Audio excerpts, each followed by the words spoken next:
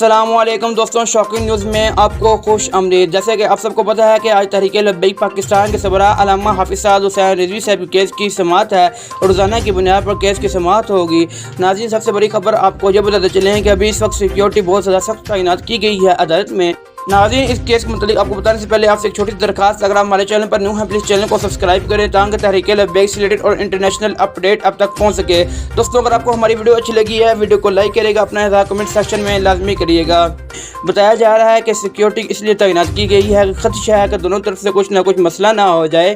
और इस वक्त तहरीक लब्बैक पाकिस्तान से बड़ा अल्लामा हाफिज साद हुसैन रिजवी साहब के केस की समाअत के लिए वकला दोनों तरफ से पहुंचने शुरू हो गए हैं। हुकूमती भी वकला पहुंचने शुरू हो गए हैं और तहरीक लब्बैक पाकिस्तान के वकला भी पहुंचने शुरू हो गए हैं। इंशाल्लाह जल्द ही कुछ अच्छा फैसला आएगा। हम दुआ करते हैं कि अल्लाह तहरीक लब्बैक पाकिस्तान से बड़ा अल्लामा हाफिज साद हुसैन रिजवी साहब को राही नसीब अता फरमाए। नाज़रीन, बताया जा रहा है कि अदालत में काफ़ी ज़्यादा सिक्योरिटी तैनात है। अल्लाह ताला हमारे कायदे मोहतरम और हमारे वकला को अपनी हिफाजत में रखे। नाज़रीन, से मुतालिक आप अपना इज़हार कमेंट सेक्शन में करेगा। अगर आपको हमारी वीडियो अच्छी लगी वीडियो को लाइक करेगा, इस चैनल को सब्सक्राइब करेगा। अपना ख्याल रखिएगा, मिलता हूँ नई वीडियो के साथ, तब तक के लिए अल्लाह हाफिज़।